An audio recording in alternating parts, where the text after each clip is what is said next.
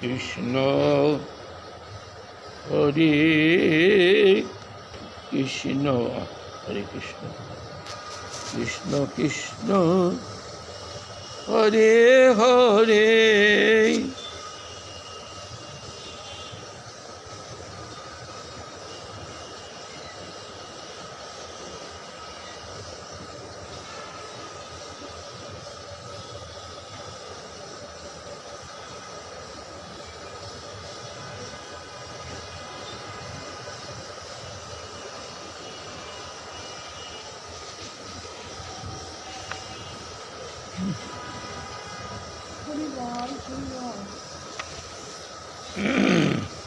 কালকে ওকে যতটুকু পড়ছিলাম তারপরের থেকে আমরা এখানে চেষ্টা করি।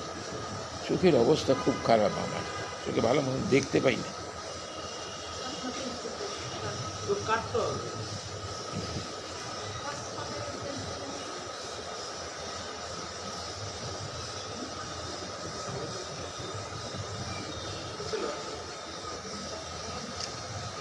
বাস্তবিক যাহারা সজ্জন, কখনো কাহার প্রতি যাহারা শত্রুতার আচরণ করেন না, মিথ্যা কপটতার আশ্রয় নেন না, যাদের ভিতরে সরলতা, এইরূপ সাধু পুরুষ জগতে অতি বিরল। ধর্মরাজ যুধিষ্ঠির হৈরব সাধুগণ ছিলেন। সুতরাং কৌরবগণ পাশা খেলায় তাহাকে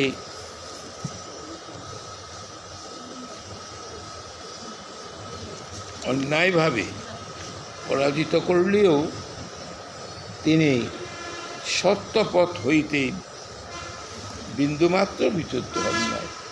অতএব তিনি বনে গমন করলেন। তো কপটভাবে তো তাকিয়ে হবে, এই কপটতার আশ্রয় নিয়েই ওই যুধিষ্ঠির মহারাজকে এই পাশা খেলায় করছে।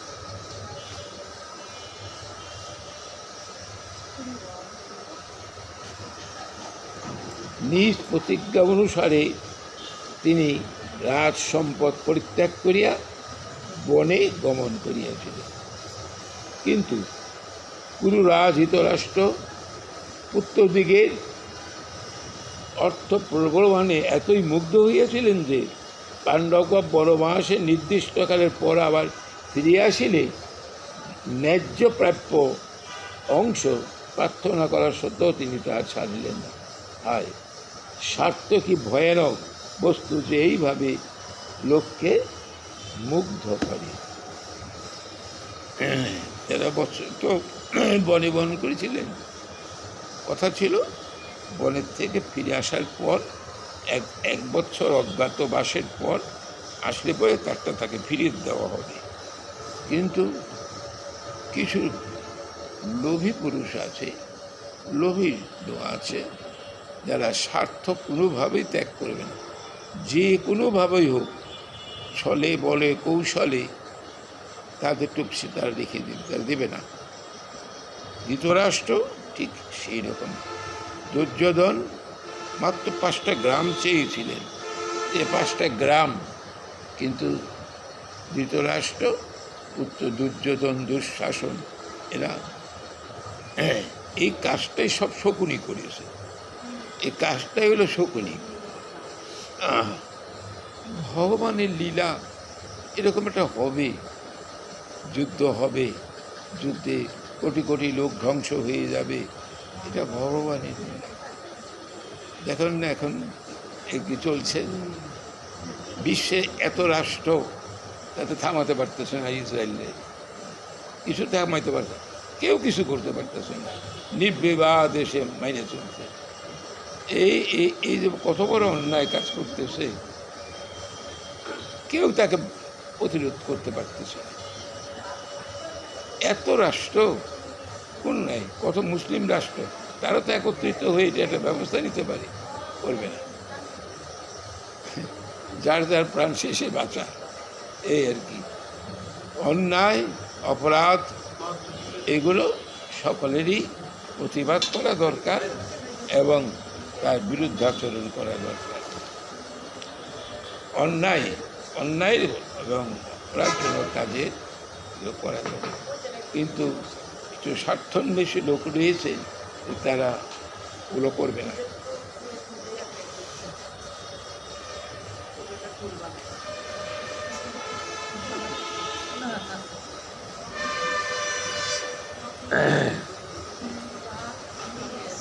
যখন জগৎপূজ্য কৃষ্ণ অর্জুন কর্তৃক প্রেরিত হইয়া কুরু রাজসভায় হিতকর পরামর্শস্বরূপ যে সকল বাক্য বলিয়াছিল তা বিশ্ব প্রভৃতি সকলের নিকট অমৃতের ন্যায় তৃপ্তিদায়ক হইয়াছিল, কিন্তু কুরুরাজের কিছুমাত্রই পূর্ণ না থাকায় সেই সকল কথা তিনি আদর করিলেন না।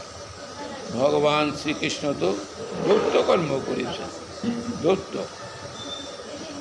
অ্যাম্বাসেডারের মতন কাজ।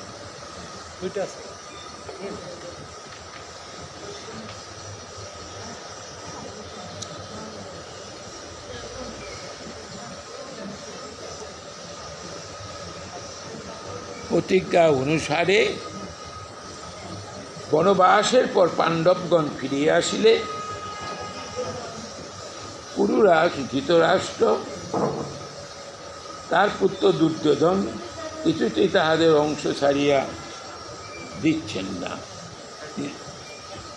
ইহাতে অর্জুন মনে করিলেন ভগবান শ্রীকৃষ্ণ জগতের সকলেরই পূজ্য, ভগবান শ্রীকৃষ্ণ সকলেরই পূজ্য, সুতরাং তিনি যদি কুরুরাজকে হিত পরামর্শ দেন তবে অবশ্যই কুরুরাজ বুঝবেন যে পাণ্ডবদেরকে ন্যায্য প্রাপ্য অংশ এখন নিশ্চয়ই তাহাদেরকে ফিরিয়ে দেওয়া উচিত। স্বার্থ কেউ ছাড়তে চায় না। ভগবান শ্রীকৃষ্ণের কথা কি কেউ শোনে? এই গীতায় যে এতগুলো উপদেশ দেওয়া গেছে, 701, একটা বাদে 700 শ্লোক, কয়টা উপদেশ জীব পালন করে? কয়টা? জগৎপূজ্য কৃষ্ণ তো বুঝতে পারলাম, তিনি পাঠালেন পুরুষের রাজ ধৃতরাষ্ট্রের কাছে তাকে বুঝিয়ে যাতে ন্যায্য জিনিসগুলো পাওয়া যায়, কিন্তু এই কথাটা শোনে কে? কেউ শোনে না। আমরা যে এত এত জীব রয়েছি, ভগবানের যে গীতায় যে সমস্ত উপদেশগুলো দিয়েছেন তো কয়টা মানি? একটাও তো মানি না। মানি তো আংশিক, কিছু মানি কিছু মানি না, এই। কিন্তু ভগবান জীবের কল্যাণের জন্য সদা সর্বদাই প্রস্তুত এবং তিনি এগুলো করে থাকেন। জীব যাতে সুখে থাকতে পারে, জীব যাতে মঙ্গলে থাকতে পারবে, নিরুপদ্রব্যে থাকতে পারে, সবসময় তিনি থাকেন। এইভাবে অর্জুন তাহার সখা কৃষ্ণকে কৌরবের নিকট পাঠাইলেন। কৃষ্ণ সবার মধ্যে যাইয়া বিশ্ব প্রভৃতি প্রবীণ ব্যক্তিগণের সমক্ষে কুরুরাজকে যে সকল পরামর্শ দিয়েছিলেন তা বিশ্বাসী সকলে অতি শ্রদ্ধার সহিত গ্রহণ করিয়াছিলেন, মানছিলেন। কিন্তু তিনি মানে নেই কে? ধৃতরাষ্ট্র আর তার পুত্র দুর্যোধন, এরা মানে নেই। সবাই যে প্রবীণ যারা ছিলেন, ধর্মপ্রাণ যারা ছিলেন, সবাই কৃষ্ণের কথাগুলো অনুমোদন করেছে এবং শ্রদ্ধান্বিতভাবে শুনছেন, কিন্তু শোনেন নাই ধৃতরাষ্ট্র আর তার পুত্র।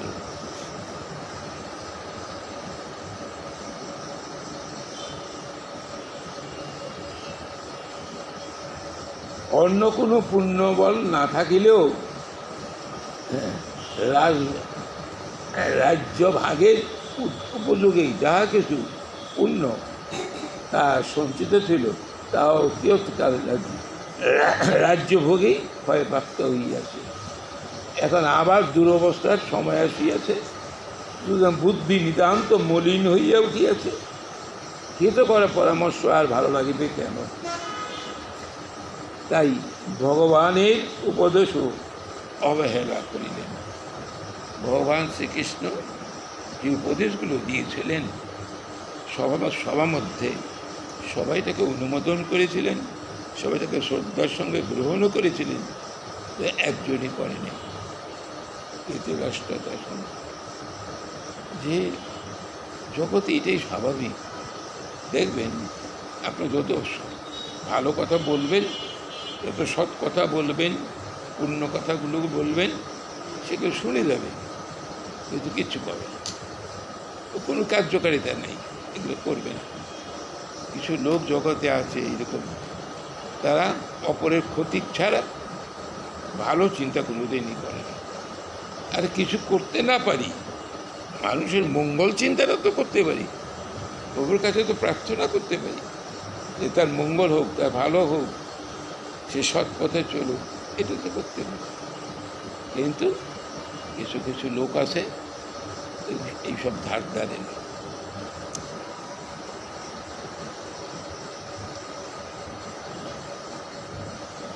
অজাত শত্রু প্রতিযাচ্ছ দায়ং তিতিক্ষত দুর্বিষহং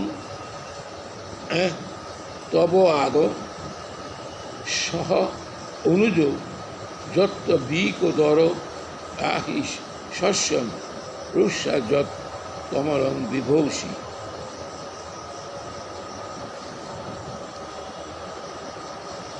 দুর্যোধন প্রভৃতি পাপাত্মা পুত্রগণের স্বার্থ প্রবলনে মুগ্ধ হইয়া রাজা যুধিষ্ঠির মন যতই অধর্ম আচরণে লিপ্ত হোক না কেন,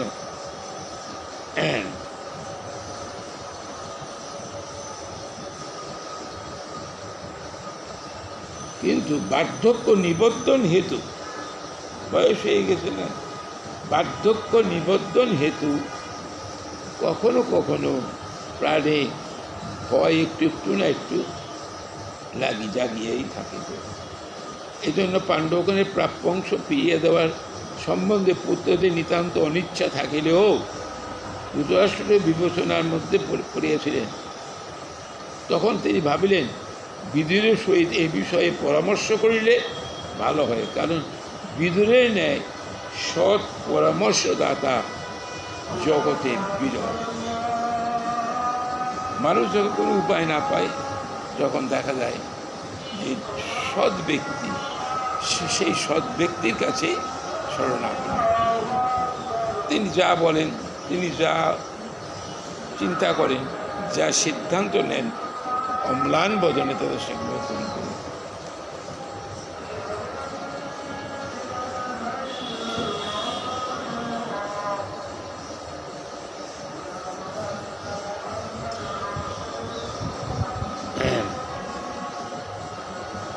পরপর 3টে শ্লোকে বর্ণিত এমন সুপরামর্শ দান করিয়াছিলেন যা সর্বসাধারণিক অত্যন্ত উপাদেয় বলে বিবেচিত হইয়াছেন। এমনকি মন্ত্রী সম্প্রদায় নিকটে চিরদিনের জন্য বৈতরিক মন্ত্রণা নামে প্রসিদ্ধ হইয়াছে।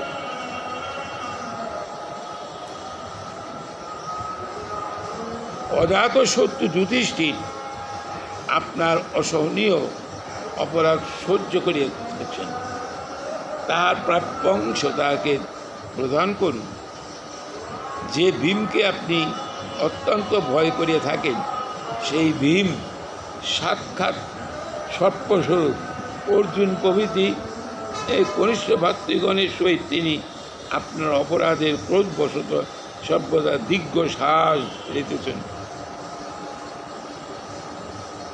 ধৃতরাষ্ট্রকে বোঝাচ্ছেন ভগবান শ্রীকৃষ্ণ যে অর্জুনকে আপনি ভয় পান, সে ভীষ্মকে আরে ভীমকে, সে ভীমই আপনার উপরে অত্যন্ত ক্রোধান্বিত হয়ে কটু বাক্য প্রয়োগ করছে। ভীমকে তো ভয় পাইতে সব।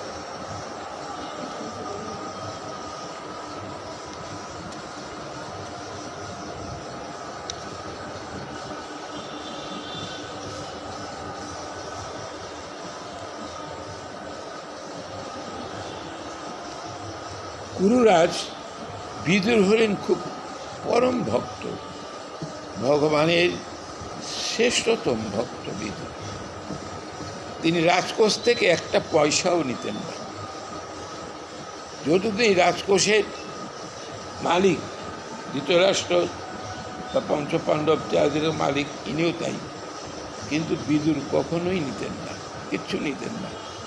ভগবানের চরণের উপর নির্ভর করে সে চলতেন, যা পেতেন গুণমতভাবে সংসার করিলেন।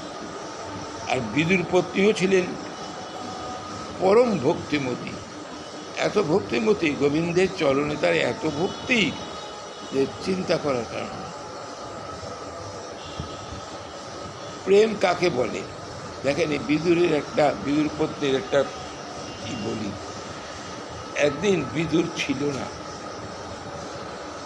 ছিল না গৃহে। ভগবান শ্রীকৃষ্ণ বিদুরের গৃহে গেছে, হস্তিনায় আসলে পরেই তিনি বিদুরের কাছে যেতেন।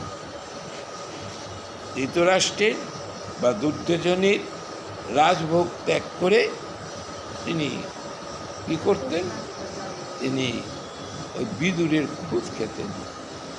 ভগবান আমরা খাবো, কিন্তু ভগবান ভালো ভালো জিনিস তার সেব্য। দেখেন তিনি রাজভোগ উপেক্ষা করে বিদুরের খুদ খেতেন। এই বিদুর যখন ছিলেন না গৃহে, বিদুর গৃহিণী নাম পাওয়া যায় না,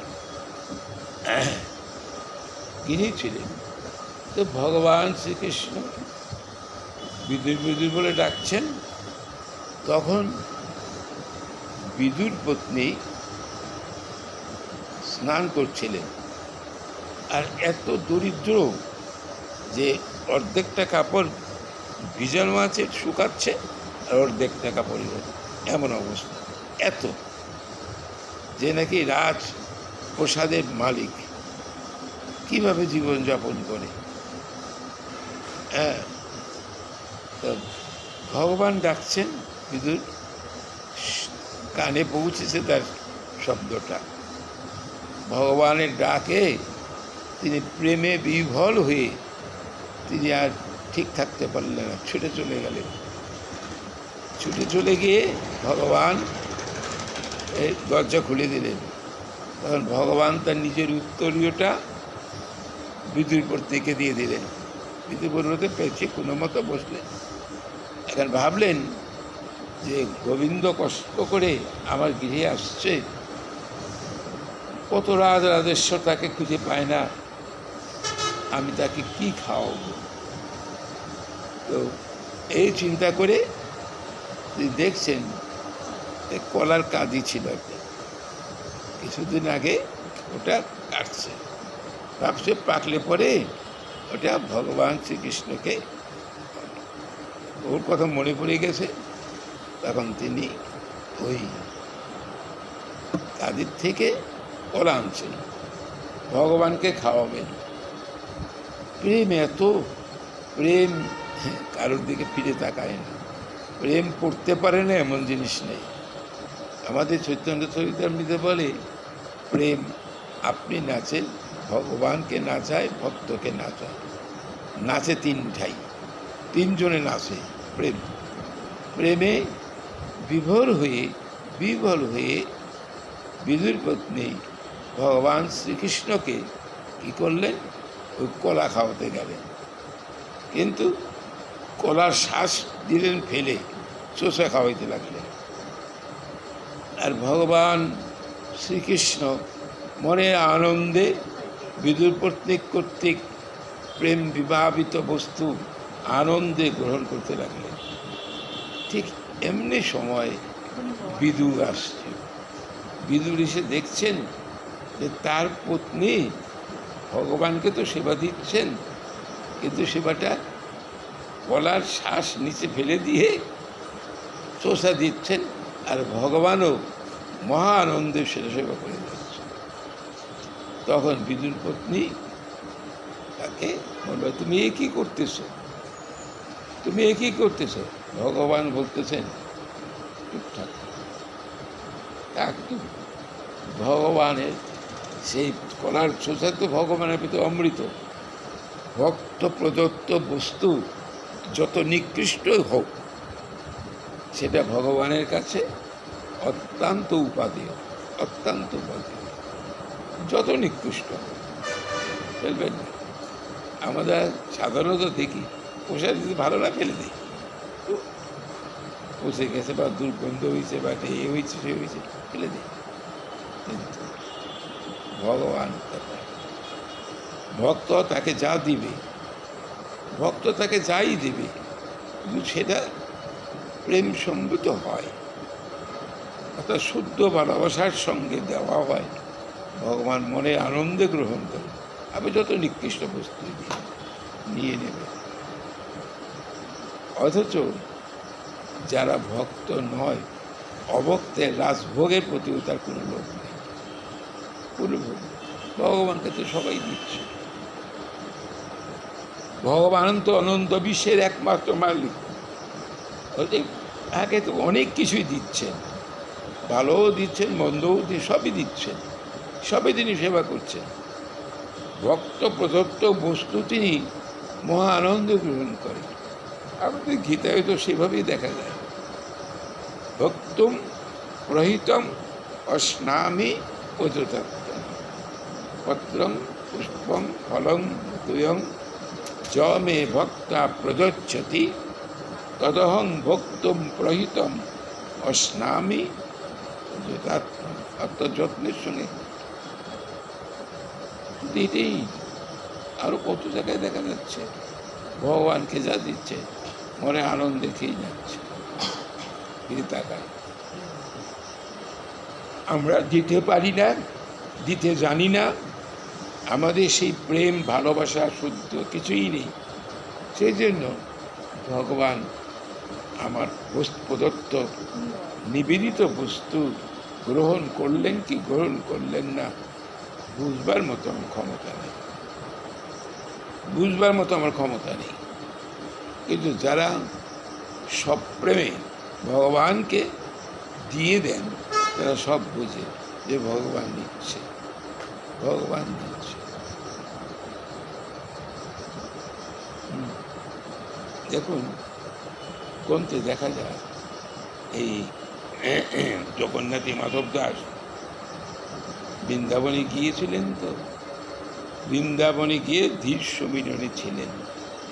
ধীর সমীরণে তিনি চেনা ভাজা অর্থাৎ ছোলা ছোলা ছোলা কিনে, ছোলা দুই রকমের ছোলা পাওয়া যায়, ভেজানো, শুকনো। সেই ছোলা ভগবানকে নিবেদন করে খেতে চায়। এদিকে হরিদাস ঠাকুর তানসেনের গুরুদেব হরিদাস গোস্বামী, তিনি ভগবানকে প্রতিদিনই দেন বিভিন্ন উপাদেয় বস্তু। বুঝতে পারেন ভগবান তার প্রদত্ত বস্তু গ্রহণ, তার একটা সংস্কার রেখেছেন। তিনি বুঝতেন যে ভগবান। যেদিন জগন্নাথী মাধব দাস তাকে এই ছোলা ভাজা খাওয়ালেন, সেদিন আর তিনি হরিদাস গোস্বামী প্রভুপাদের বস্তু গ্রহণ করেন না। করার কারণ হলো তার পেট ভরে গেছে। জিজ্ঞাসা করেছিল যে প্রভু, আমার কোনো অপরাধ হয়েছে, তুমি যে আজ কিছুই নিলে না? বলে না, আমাকে একজন একেবারে আকণ্ঠ ভরে খাওয়িয়েছে ছোলা ভাজা খেয়ে। সে কে? তখন বললো সে কোথায় আছে? ধীর সমীরণে। সেখানে যেয়ে তার সাথে ভক্তের সঙ্গে অনেক আলাপ পরিচয় করে অতি সম্মানের সঙ্গে মন্দিরে নিয়ে আসলেন। 3 দিন রেখেছিলেন কষ্ট করে। তাকে কত কথা করছে। ভগবানের কথার তো শেষ নেই। ভগবানের প্রতি যাদের অশেষ ভক্তি, সেই ভক্তির জোরে ভগবান তাদের কাছে বাধা থাকে। তো অতএব তাদের কথা আনন্দ ছাড়া বিষাদ বা দুঃখ বলতে কিছু থাকবে। তারা ভগবানের কথা পারস্পরিকভাবে আস্বাদন করে আনন্দ সিন্ধুতে ডুবে থাকবে। ভগবান তাদের কাছে এত প্রিয়। অথচ এটাই তো ঠিকই যে দেখুন, আমরা যাকে প্রিয়জন ভাবি না কেন, আপনজন ভাবি না কেন, কিন্তু কেউ আমার সাথে হবে না, কেউ আমার সাথে হবে না। বিপদে দেখলে, স্বার্থে টান পড়লে পরে সবাই চলে যাবে, কিন্তু ভগবান যান, ভগবান যাবেন না। ভক্তকে ত্যাগ করে তিনি কোথাও যাবেন না। ভক্তবাঞ্ছা কল্পতরু, ভক্তকে সদা সর্বদা নির্বিঘ্নে নিরাপদে রাখবার সবসময় চেষ্টা করে দেয়। ভক্তের গায়ে একটা আঁচড় লাগতে দেয় না। ভগবান এমনই, যারা সেই প্রিয়ত্বের বন্ধনে ভগবানকে বাঁধতে পেরেছেন তাদের চোখে, প্রিয়ত্বের বন্ধনে যারা আবদ্ধ করতে পেরেছেন তাদের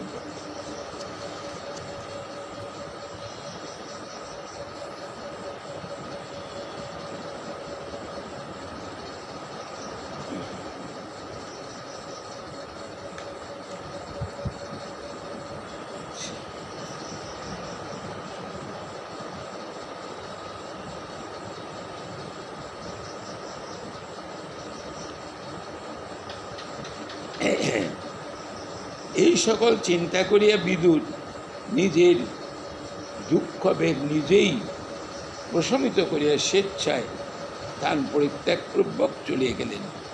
ধৃতরাষ্ট্র ডাকলেন যখন বিদুরকে, বিদুর তাকে হিতোপদেশ দিলেন, দেখো তুমি তুমি যেটা তাদের প্রাপ্য তুমি সেটা দিয়ে দাও। কিন্তু সেখানে দেখা যায় ধৃতরাষ্ট্র একটু মন করলেও দুর্যোধন কিছুতে দিয়ে আরও অনেক গালাগালি করলেন, অনেক গালাগালি দিলেন। আরেকটা গ্রন্থে ভাগবতে তখন বিদুর মনোদুঃখে তার ধনুকখান ধনুর সামনে রেখে চলে গেলেন। এই যে চলে গেলেন, তিনি চিরদিনের মতো মনে করলেন যে হোসেনে ত্যাগ করে চলে গেলেন। কিন্তু জানেন, বিদুর জানেন এই কুরুক্ষেত্র যুদ্ধে আপন জন বলতে কেউ থাকবে না, সবই হত হয়ে যাবে, সবই মারা যাবে। এই জানার জন্য তিনি আর ভাবি আত্মীয় স্বজনের মৃত্যু সাক্ষাৎ দর্শন যাতে না হয়, এই জন্য তিনি তীর্থ ভ্রমণে চলে গেলেন। তীর্থ মৈত্রী ঋষির আশ্রমে কিন্তু গিয়েছিলেন। এটা সেই মৈত্রী ঋষিরই কথা।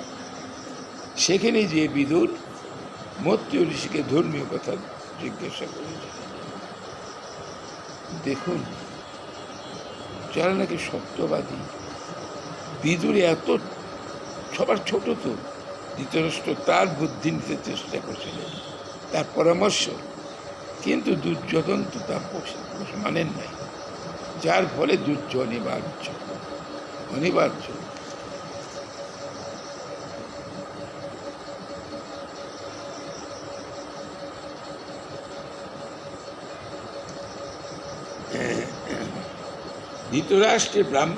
ধৃতরাষ্ট্রের সন্তানগণের পাপের মাত্রা যেরূপ বৃদ্ধি পাইয়াছে, তাহাতে অচিরেই তাহাদের ধ্বংস অনিবার্য।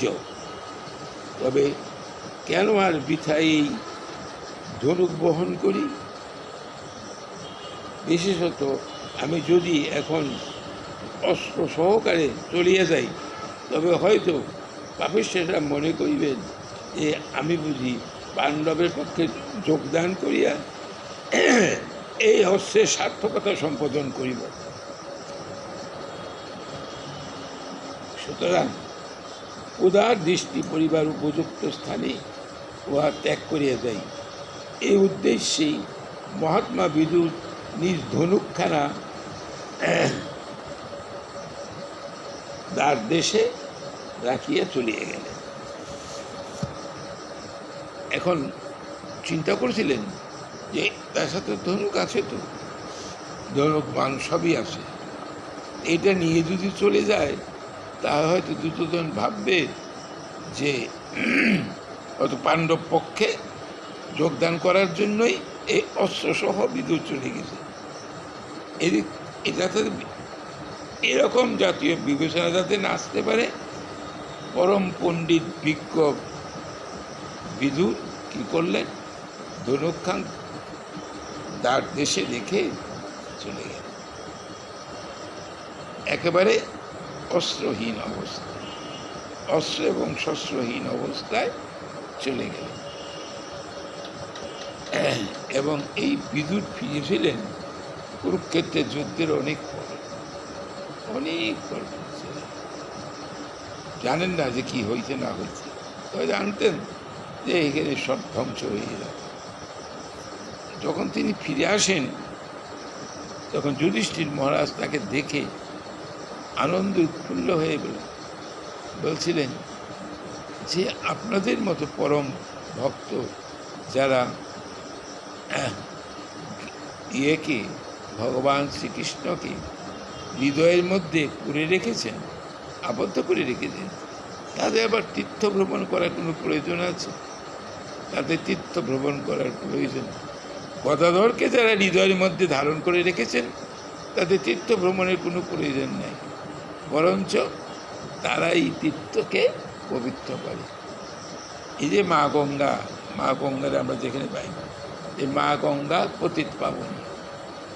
স্কন্দপুরাণে বলছেন, গঙ্গা গঙ্গা ইতি যুজনৈ শতোপি মুচ্যতে সর্বপাপেভ্য বৈষ্ণু স্বগচ্ছতি বিষ্ণু লোকম স্বগচ্ছতি। গঙ্গা গঙ্গা এরকম কেউ কেউ ডাক দেয়, যোজনই শত যোজন থেকে যে গঙ্গা মা গঙ্গা বলে ডাকে, গঙ্গা এত পবিত্র যে ওই শুধু গঙ্গার ডাকের কারণেই দেখবেন সমস্ত পাপ থেকে মুক্ত হয়ে বৈকুণ্ঠে গমন করতে। গঙ্গা এত পতিত পাবনী গঙ্গে, এটা আছে, গঙ্গার প্রণাম মন্ত্র আছে। গঙ্গার জল দেখবেন, রেখে দেন যে কোনো ভাণ্ডে, একটু গন্ধও হবে না, কোনো পোকা টোকাও পড়বে না, দেখে দেন। আমি দেখেছি।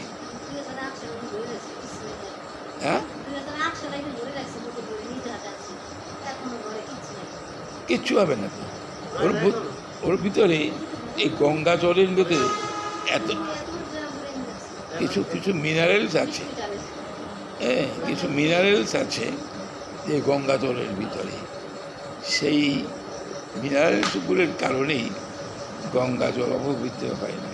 দেখেন গঙ্গা জলের মধ্যে ড্রেনের জল সেসব পড়তেছে, কলকাতা তো দেখি এই বড় বড় ড্রেন, নবদ্বীপে দেখি এই ড্রেনের জল গঙ্গায় পড়তেছে, ওই জলই স্নানও হচ্ছে, ওই জল দিয়ে ভগবানের সেবা হচ্ছে।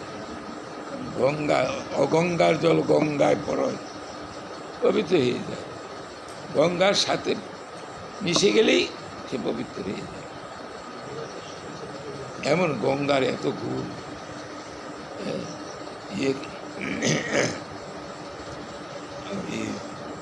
হরিদাস নাম সৌদাস ছিলেন হরিশ্চন্দ্রের ছেলে। সৌদাস যখন রাক্ষস হয়ে যায় তখন বলছিল যে তোমার এই রাক্ষস তো দূর হবে যদি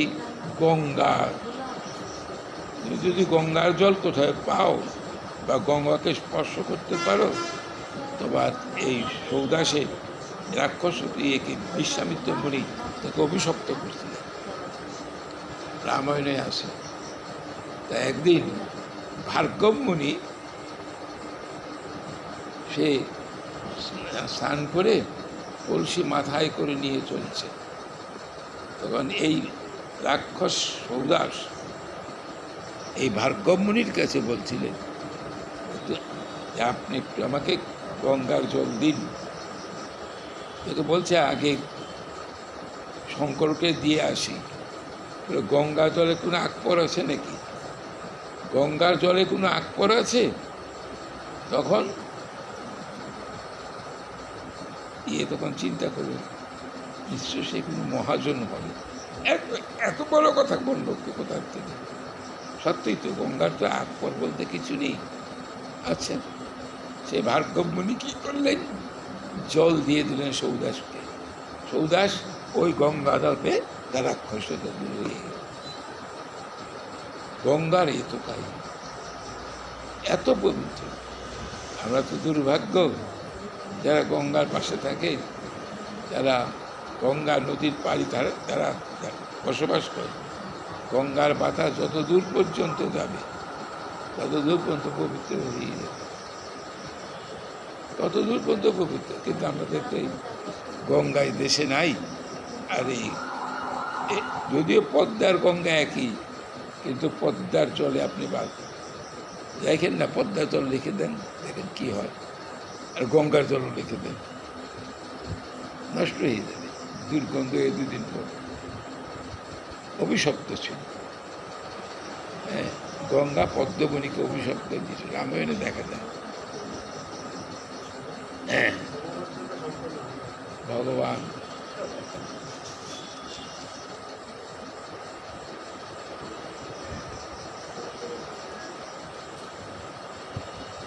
কৌরবগণ পুণ্য বলে যাহাকে লাভ করিয়াছিলেন, সেই বিদুর হস্তিনাপুর হতে বহির্গত হইয়া ভূমণ্ডল ব্রহ্মা বিষ্ণু শিবাদি নানাবিধ মূর্তিতে ভগবান যে সকল স্থানে অধিষ্ঠিত আছেন, সেই সকল তীর্থক্ষেত্রে ধর্ম উপার্জনের অভিলাষে ভ্রমণ করিতে লাগিলেন। যে জায়গায় ব্রহ্মা বিষ্ণু মহেশ্বরীর প্রতিকৃতি রয়েছে, সেই জায়গায় এই বিদুর মহারাজ ভ্রমণ করতে লাগলেন। এই যে ভ্রমণ, তীর্থ ভ্রমণ, আমাদের বলেছেন যে তীর্থ ভ্রমণ পরিশ্রম কেবলই মনের ভ্রম। নরোত্তম ঠাকুর বলছেন, হ্যাঁ, তীর্থযাত্রা পরিশ্রম কেবলই মনের ভ্রম, সর্বসিদ্ধি গোবিন্দ চরণ। সর্বসিদ্ধি গোবিন্দের চরণ চিন্তা করলেই, গোবিন্দের চরণ সেবা করলেই, যে বলি না, সর্বতীর্থান্ডি বসন্তি তত্র যত্রাচ্যুত উদার কথা প্রসন্ন। যেখানে ভগবান শ্রী গোবিন্দের এই যশপূর্ণ কথা আলোচিত হয়, সেইখানেই সমস্ত তীর্থ বিরাজিত, সমস্ত তীর্থ সেখানে বিরাজিত।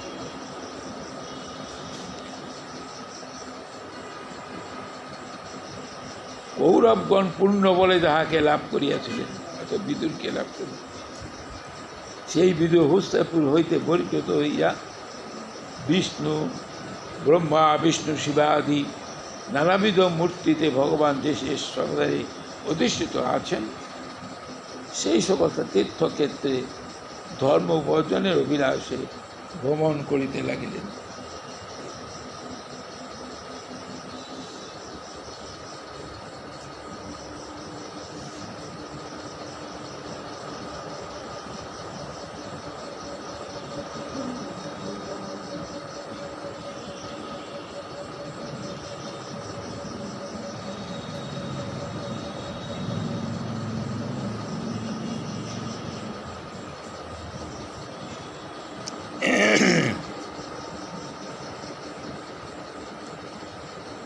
অযোধ্যা প্রভৃতি প্রসিদ্ধ নগরী, পবিত্র উপবন, পর্বত, লতাকুঞ্জ, তীর্থক্ষেত্র প্রভৃতি যে সকল স্থান গোবিন্দের মূর্তিতে পরিশোভিত, সেই সকল স্থানে যাহাদের জল সম্পর্কে পাপ দুর্বৃত হয়, সেই সকল নদী ও সরোবরদিতে বিদুর একাকী বিচরণ করিতে লাগিলেন।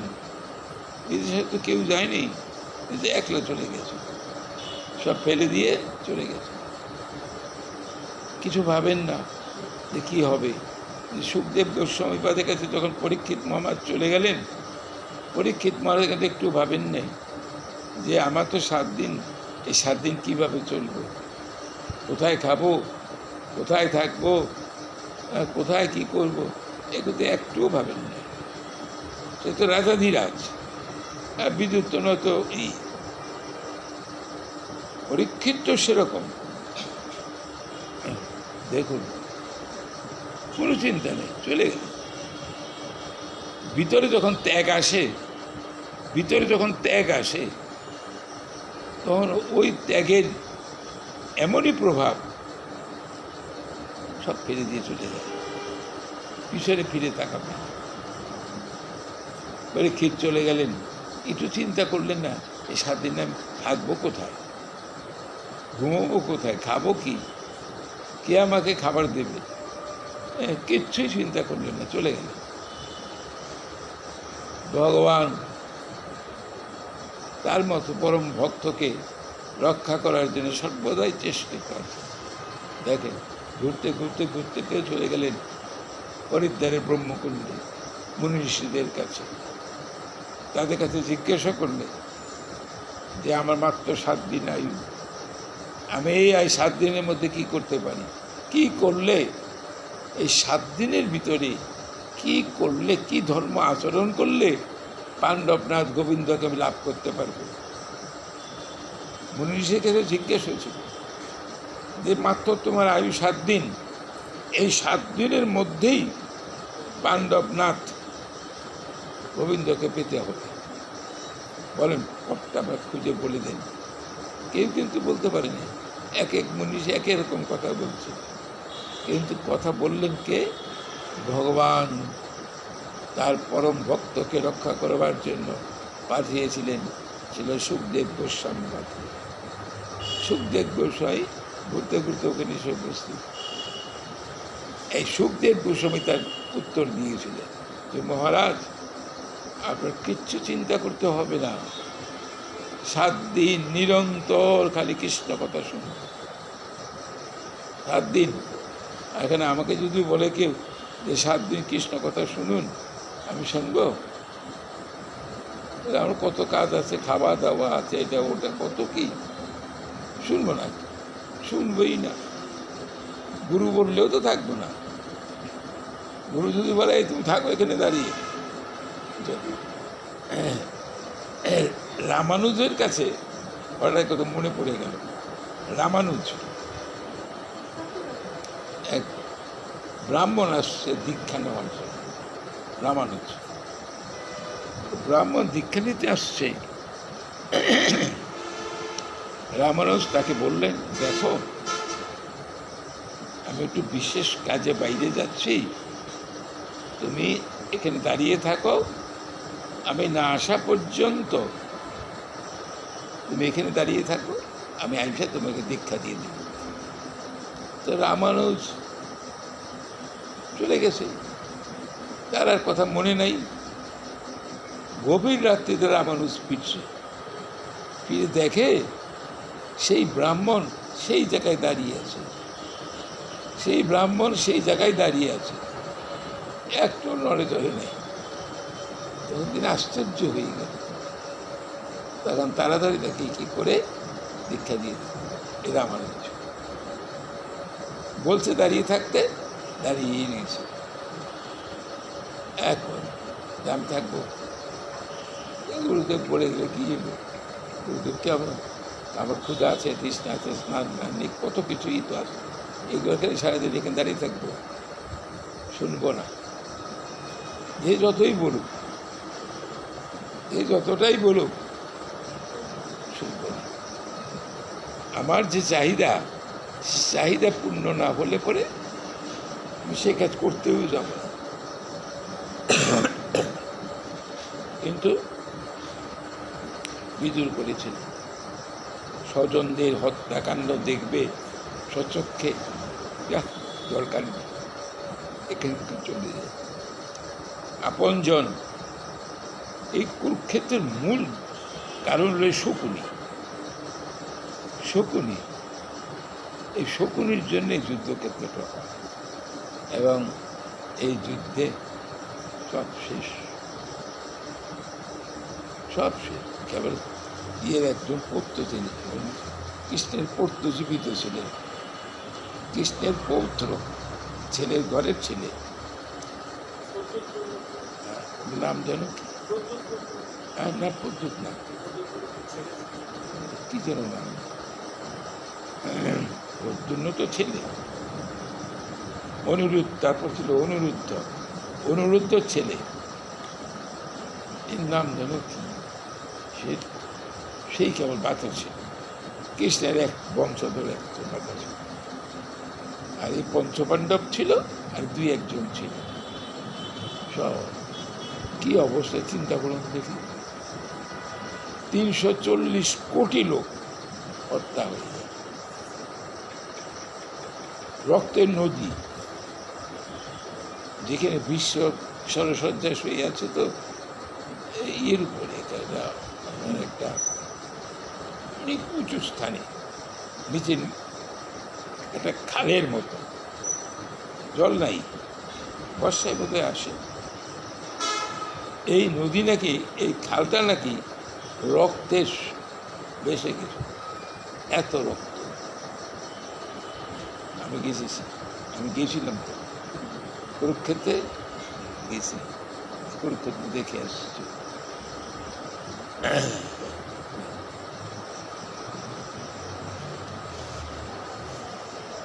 এটা আমিও ছেড়ে দিচ্ছি, একটু বসে।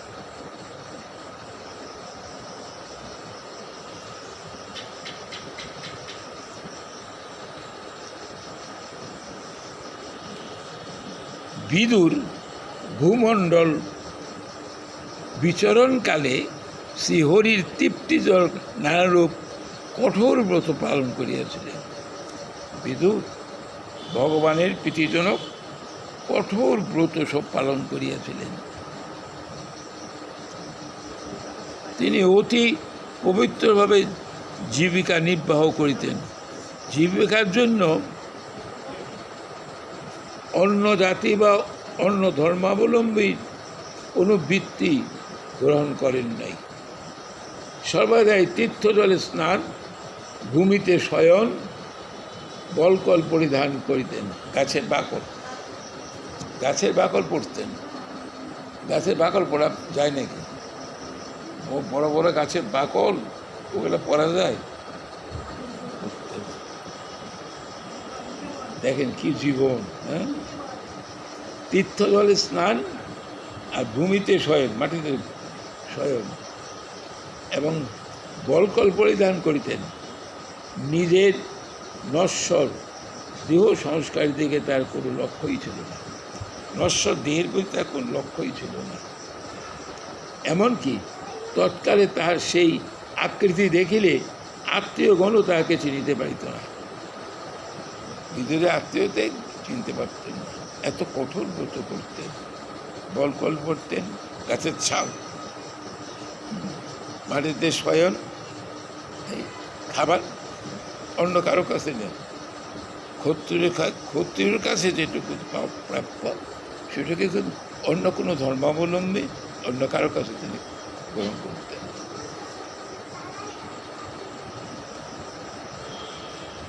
এইভাবে বিদুর সম্পূর্ণ ভারতবর্ষ পর্যটন করিতে করিতে কালক্রমে যখন প্রভাস তীর্থে গিয়া পৌঁছিলেন, ততদিনে যুধিষ্ঠির ভূমণ্ডলে একচ্ছত্র আধিপত্য স্থাপন করিয়া একমাত্র নিজ শূন্য সাহায্যে রাজ্য শাসন করিতেছিলেন। দীর্ঘ সময় পর্যন্ত তখন যুধিষ্ঠির মহারাজ নিজে তখন সমস্ত রাজ্য শাসন করতেন। এটা যে সময়কার কথা হলো, তখন বিদুরের কথা আরো অনেক আছে। বিদুরের মতো এত বড় একজন প্রেমিক ভক্ত এবং কঠোর স্তম্ভ, নিজের তৃপ্তির জন্য কোনোদিন ফিরে তাকাননি।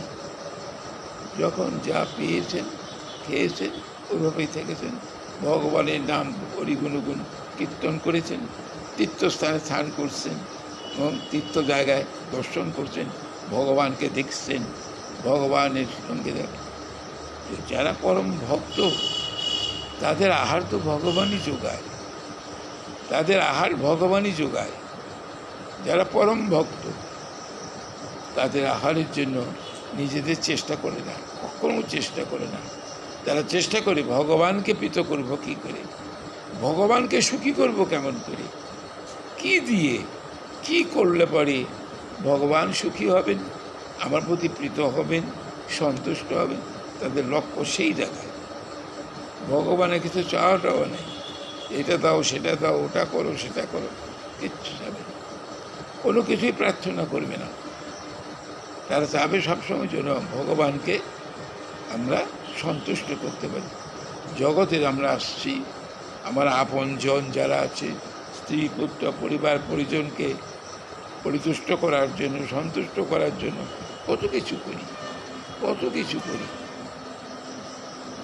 হ্যাঁ, তখন আর আমাদের অভাব বলে কিছু মনে হয় না। কিন্তু ভগবানের বেলা কিন্তু কিছুই নেই।